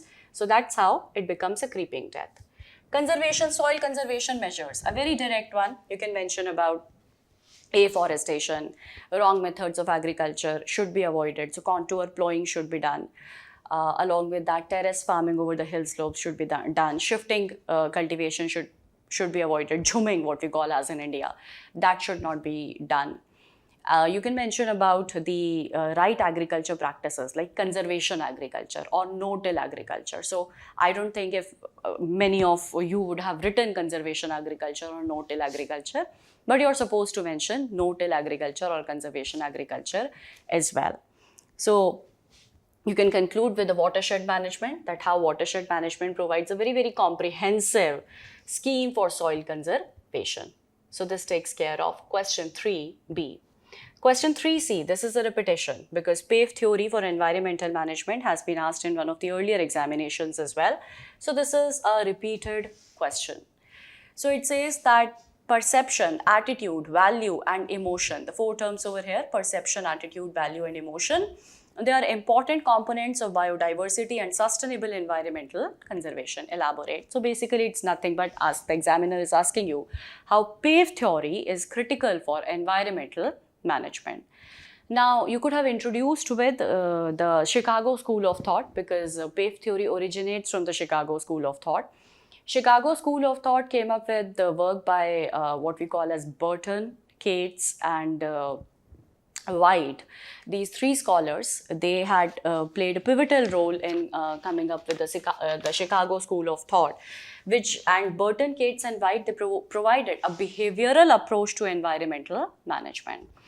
Now, as per the behavioral approach to environmental management, these scholars were suggesting that humans, as they don't behave as rational economic man, therefore their decision making cannot be objective. Always, it can't be objective, it can't be rational, it can't be scientific completely. But human behavior is determined by many other factors which are quite subjective, which are called as perception, attitude, value, and emotion. So from this Chicago school of thought or from this behavioral approach, then came the PAVE theory. So PAVE theory is an evolution over the behavioral approach. So in this PAVE theory, there have been four scientists or four scholars who have played a very, very critical role. You could have mentioned their name. O'Riordan was one of them, Mitchell, Sarcine and Civil. So there have been four of them who played a very critical role in the PAVE theory. So then you define how each of these terms is going to affect the decision making of humans. So how perception is our understanding. Perception is how we are going to know certain objects or how we are going to know certain objective events which are happening around us. That is what perception essentially means. Attitude means what is our predisposition to something. And value means the worth we attach to an entity. And emotion is our affective response. Emotion is in form of the arousal which is generated by something happening around us. So you explain each of these four terms, and then all of them, they have a role in decision making, because there may be a lot of solutions which are available, which may be available for natural resource management, for environmental management, but we don't implement all of those solutions. We implement only a few of those solutions. So why is it so that all the solutions are not implemented, but a few are selected, few are chosen? So the decision makers, apart from the what we think as a rational decision being made by the decision makers, they are very much going to be influenced by these four: perception, attitude, value, and emotion. The origin of the PAVE theory goes back to the hazard management, goes back to the disaster management. These four scholars had worked in the field of disaster management only. So now when they were working into flood control, into hazard management, into drought management, they got to know that for each of these disaster management solutions, a lot depends upon how the risk is perceived. How we perceive the risk, our response Our solution which is being implemented will be determined by how the risk is perceived. If the risk is perceived to a higher degree, then somebody is going to put in concrete measures. If risk is not perceived to a higher degree, then those concrete measures may be missing. It depends upon the emotional responses, the predisposition one has towards governance in general and towards disaster management governance in general. Along with that, the worth one is going to attach to human lives because of the risk which is existing. Another example you could have written down that for any kind of environmental management, what the government can do, the government brings up with the programs, but those programs are definitely determined by all the four: perception, attitude, value, and emotion. For example, when the civil society, it tries to generate public opinion or it collaborates with the people against any of the government project. Let's say there's a government project for which the people are not so much in favor of that project because it will lead to deforestation, because it will lead to probably damming of the river. And that damming of the river, that deforestation, people, they attach a lot of value to these natural resources. And since they attach a lot of value to these natural resources, public sentiment is against it. The civil society is collaborating with the local people. And then the government, because of this collaboration between the people, between the civil society, the perception of the government towards that project may change as well. There are examples in our country wherein, because of role of civil society and because of activism by the local people themselves, there are projects or there have been movements which have been undertaken so that the natural resource management, the biodiversity conservation happens. Another example, the Brazil's rainforest, the local people over there, the indigenous groups, they have played a very, very critical role. So those people have been able to bring about change in perception for those resources, change in attitude. The value which they attach to those Brazilian rainforests is immense. They have an emotional connect with that as well. So this is how PAVE always plays a very important role for any kind of sustainable environmental conservation and biodiversity. You could have given ample examples. For example, the entire idea of deep versus shallow ecology. If you think about it a little more, shallow ecology allows us to perceive environment through the utilitarian lens, through the utilitarian perspective. That environment has a utility for me, and that's why I must be working towards environmental conservation. Deep ecology, the perception is different. The value I attach to environment is completely different, because in deep ecology, the idea is that humans are not above the nature, humans are an integral part of the nature, and it's ethically, morally, what is needed is that we must go for natural conservation, isn't it?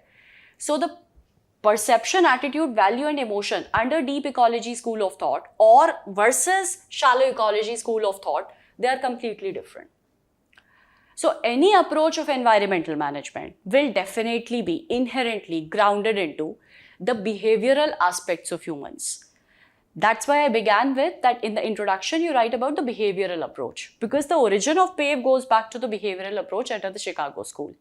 And then you move on to the description, that is the work of the scholars. Along with that, explain each of these terms briefly, give a few examples, and conclude it. So that's how this answer had to be taken care of. The next question is on carbon neutrality. So this is now question number 4. A very simple one. How is carbon neutrality essential for future environmental conservation? And describe the various efforts taken by the nations in this regard. Carbon neutrality or net zero means one and the same. So this concept was given by IPCC through its special report 1.5 degrees Celsius of 2018. So this is a very simple question. You define what carbon neutrality is. You give the IPCC's report details, bit of it over here. And then you move on to that what is needed for carbon neutrality. So two things are needed for becoming carbon neutral. One is that emissions should reduce, another is that carbon sequestration should increase. So emissions reduction, then you mention what are the steps taken by the countries for emission reduction.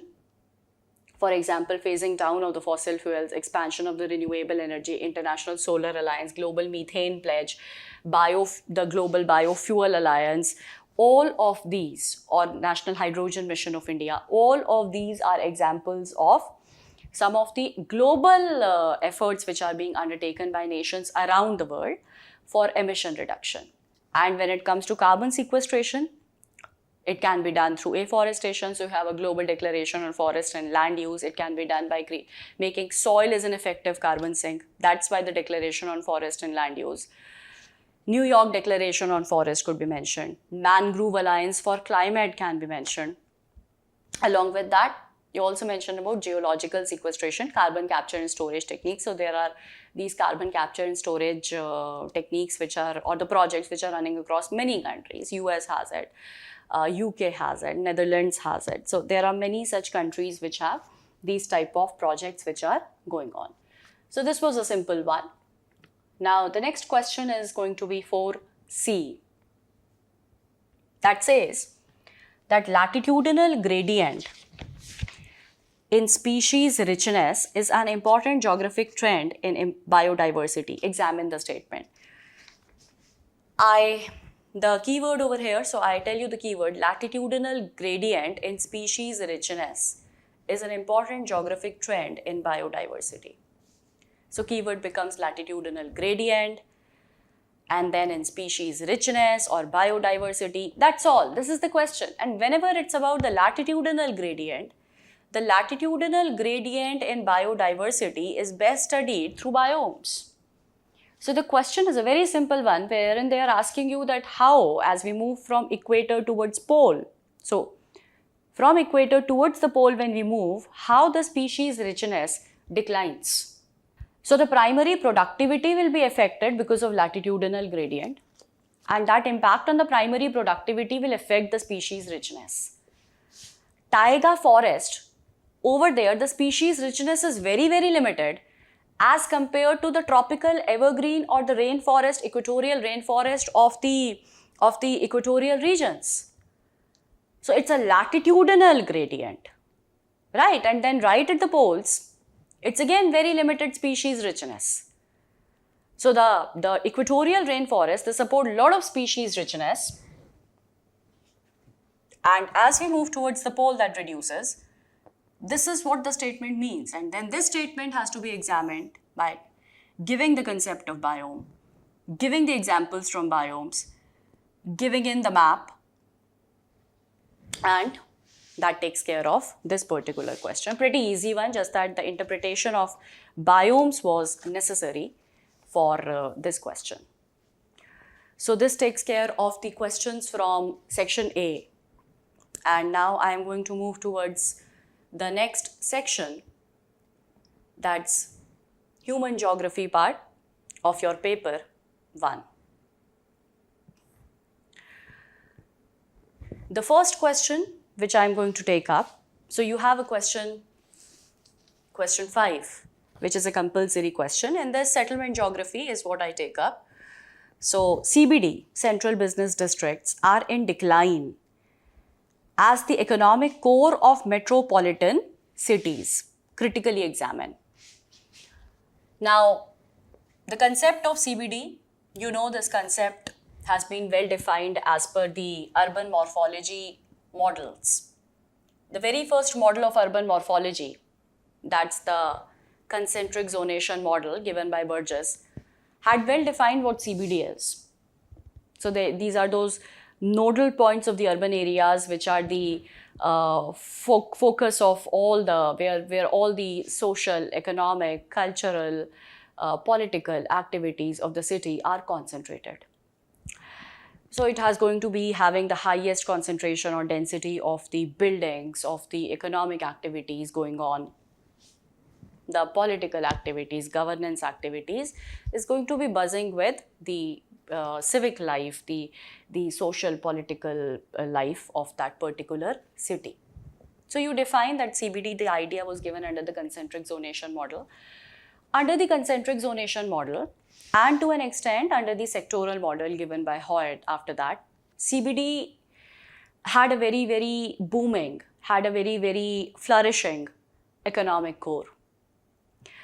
However, these are the models wherein CBDs have very booming, have very, very flourishing, buzzing economic core. These are the models which go back to the first half of the 20th century. Now, in the second half of the 20th century and now in the 21st century, when we see that the cities are growing, the urbanization which is happening, metropolitan cities over here refers to big cities. Metropolitan, like UN says that population more than 1 million. So that makes it a metropolitan city. For these cities, now what we find is urbanization in the second half of the 20th century and later on in 21st century is very different from the urbanization when CBD as the economic core, any model discussing CBD as the economic core, were given. So when you come across these urban morphology models, the later on models which were given, be it the urban REM model, be it the multiple nuclei model, or be it the model which was exploded city model. In each of these, exploded city model, the urban REM model, or the multiple nuclei model, urbanization, the nature of urbanization has been rapid, explosive, it has been very, very dynamic, it has been complex as well. So the nature of urbanization has altered. With this happening, now what we find? The exploded city model or the urban REM model tells us that today urbanization for many of the cities happens spontaneously because cities will outgrow themselves. That is when urban sprawls start to come up. Congestion, traffic, overcrowding, pollution, environmental degradation in the cities is very much evident. Governments may come up with deliberate policies to decongest the metropolitan cities. So why is CBD as an economic core declining in its relevance? So CBD across the world's metropolitans is declining as the economic core because of a couple of factors. One is that the cities have outgrown themselves, now the urbanization is more of urban sprawl, wherein later on there may be edge cities coming up. Edge cities will have their own economic cores. Then this economic core of the type of traditional CBD became so polluted, congested, overcrowded that government came up with a policy to decongest it. So there may be a lot of civic life happening still because it has historically supported that. But the economic activities, hardcore economic activities, let's say secondary sector, industry, factory. In the heart of the metropolitan city, pollution over time, traffic congestion over time has become such a big problem that most of the metropolitans in their heart will not like to have big factories, will not like to have industries. So dispersal of the economic activity has taken place. It may be a deliberate government policy to bring about balanced regional development, or it may happen on its own spontaneously as a response to the problems being faced with the urbanization getting concentrated around CBD or in the CBD. So it may be deliberate or it may be spontaneous. Whatever. Both of these factors are responsible for ensuring that there has been a decline in CBD as the economic core. Another factor which has played its role is the expansion of mass rapid transit systems, transport connectivity. With more of transport connectivity coming in, now the areas, the distances have shrunk. With better advancements into communication, into transportation, the distances, they're shrinking. Now CBD may lose its significance as an economic core, and there may be other business districts which are emerging, outlying business districts which are emerging. Give the examples. give the examples like we find that, for example, Delhi, if Connaught Place was once the CBD or Chandni Chowk was earlier the CBD, they are not the economic core. There are many such CBDs which have come up now. So multiple CBD, there cannot be one CBD. There can be multiple CBDs in a city. Similarly, Times Square. So be it London, be it New York, CBD as an economic core is not the reality. So for big cities, their CBDs cannot sustain the way the cities have grown. Since those CBDs cannot sustain the economic activity, that is why they have declined. The economic activities have got dispersed to the other regions. So that is why they have declined as the economic core. The next question we take up is the question on question number 6. This is the question on urbanization. And it says that the urbanization process is particularly pronounced in Asia and Africa, where too many urban residents grapple with extreme poverty, exclusion, vulnerability, and marginalization. Discuss. So this is again a very much expected theme, that's urban problems. Most of the urbanization is right now happening in Asia and Africa. So you begin with giving the data, wherein Asia and Africa are set to witness most of the urbanization, right now also rapidly urbanizing and going to urbanize in the future as well. And then the reason for this urbanization, what's the primary driving force for this urbanization? So in these parts of the world, Asia and Africa, much of the urbanization is being driven by, or a lot of it is being driven by, the backwardness of rural areas. There are regional disparities, very, very strong regional disparities which are existing, which is becoming a driving force for migration of the people in negative circumstances from rural to urban areas. So distressed migration of the people from rural to urban areas. So this population, when it is migrating to the urban areas, that is contributing to urbanization. So it's not the natural growth rate in urban areas, because urban areas in these parts of the world as well, for example, India. Now, when you look at the TFR rate of urban areas, it's merely 1.6, where rural areas it's 2.2. So total fertility rates have declined. So natural growth rates may not be responsible for the population increase, but it's more of migration which is happening from the rural to the urban areas. This population now is unskilled or poorly skilled or semi-skilled, and therefore gets absorbed in informal job market. And with this happening, now there is urban poverty, which is a reality, exclusion, vulnerability, marginalization. So you have to define all these terms: extreme poverty, exclusion, vulnerability, marginalization. So you talk about, give the data from World Bank, how many urban poor. The World Bank has the data, which is often discussed. I mean, the classrooms discussions will have it. So urban poor, the slums, they are the example of extreme urban poverty. The deplorable conditions with absolutely no civic amenities available in the slums. So people living over there in the deplorable conditions. Give the examples of some of the slums. All the countries, these countries of Africa, countries of Asia, they have their own slums. So give the examples of these slums. Then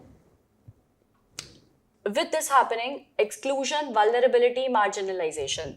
This is the population which is excluded from the formal market, labor market, formal labor market, because they are not skilled enough to be absorbed into formal labor market. So exclusion from there. They are many a time excluded from the government's social security schemes as well, because they are not accounted for in the government numbers, in the census. They may still be having their identity cards of, or their address proofs of where they belong to. They have no residential proof, no ID proof of where they have migrated to.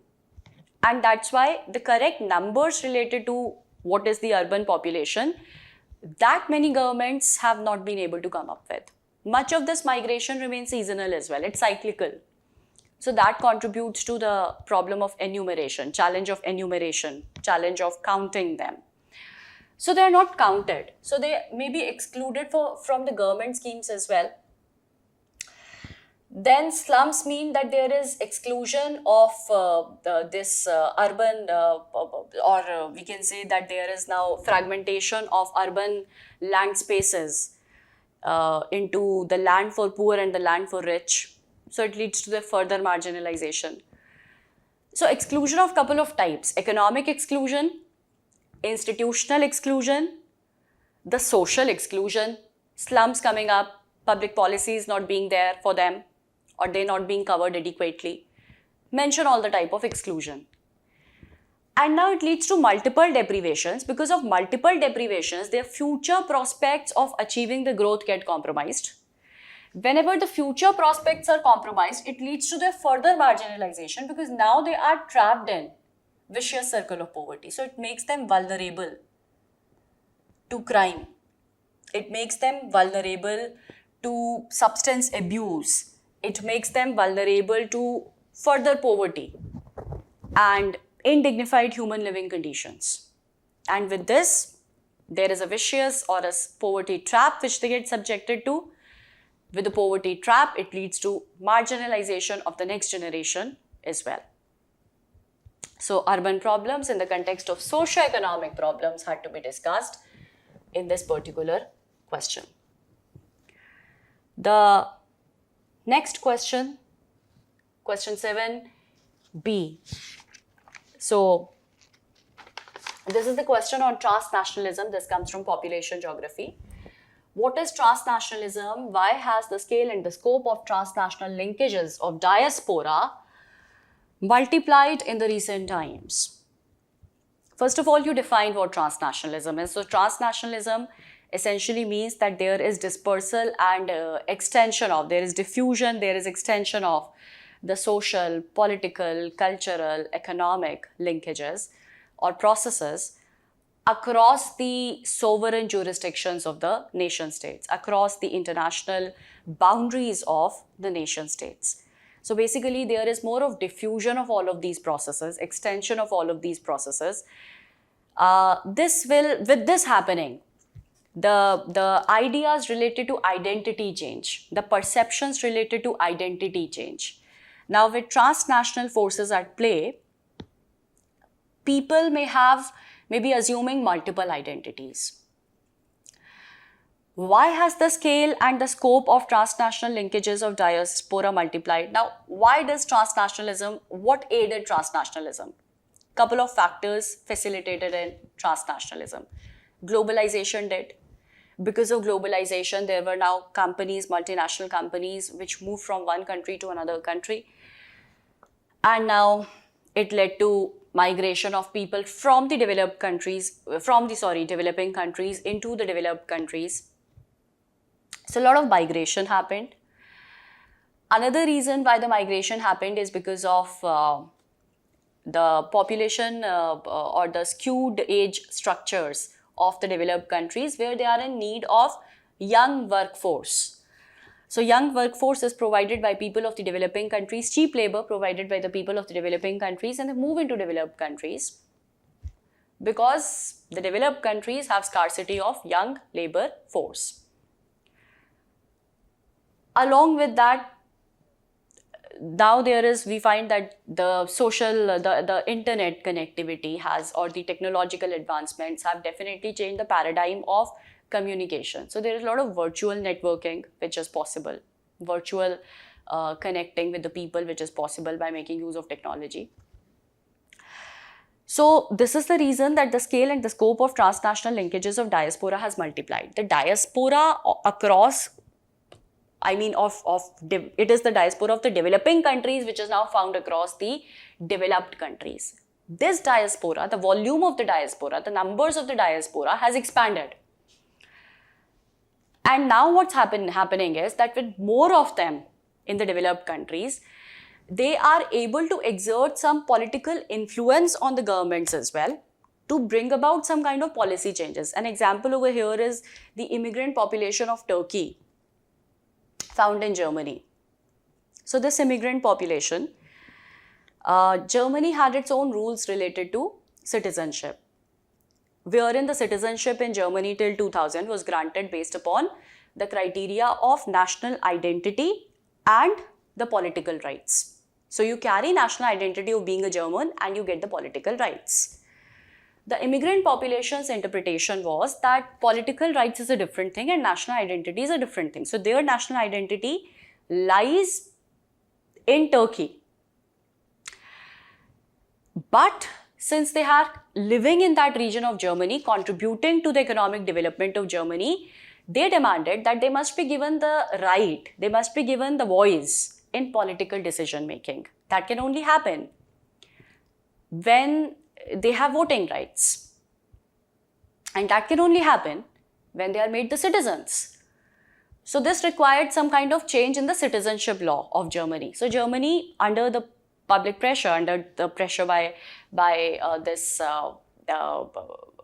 civil society, brought about a change in its citizenship law, and now the citizenship can be acquired in Germany through the process of naturalization. So somebody being born over there, having a different religious identity or ethnic identity, but being born over there, acquires the citizenship. So it leads to multiple identity. The perception related to identity changes with transnationalism. It's more like a global citizen. Global citizens, you may belong natively to one land, you may be working in some other land, you may be exercising your political rights in that land. Culturally, you are connected back to your native land. So now with the diaspora population expanding, we find, for example, there are many these multicultural, cosmopolitan cities. London is an example, Paris is an example, New York is an example. For that matter, even Dubai becomes an example of a cosmopolitan city. You will find food joints which are catering to the diaspora. You will find markets which are catering to the diaspora.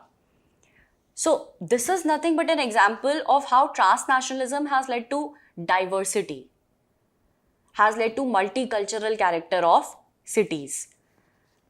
With the diaspora itself expanding, their numbers expanding, the transnational linkages have multiplied as well, right? So that's about this particular question, which comes from the migration issues related to population discussions. The next question again from population geography. This is now question number 8C.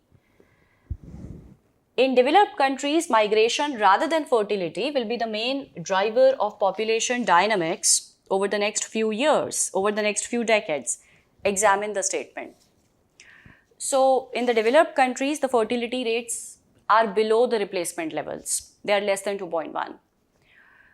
Be it Europe, be it North America, Canada, Australia, these are the countries which are growing. I mean, especially North America's Canada, US, and then Australia, these three. They are very, very robust examples of how the population growth has been because of migration, not because of fertility.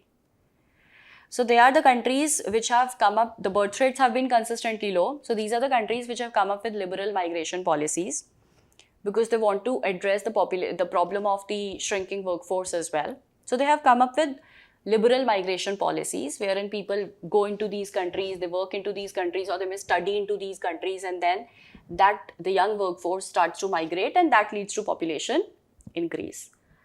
So the UN report tells this. And this is something which is very easy question. You read one UN report, you understand population geography a little, and this question was pretty doable. So this takes care of the questions of section A, section B across paper 1. Like I said, I have taken up the topics, the questions based on environment geography, biogeography, population and settlement geography. That's all. Thank you.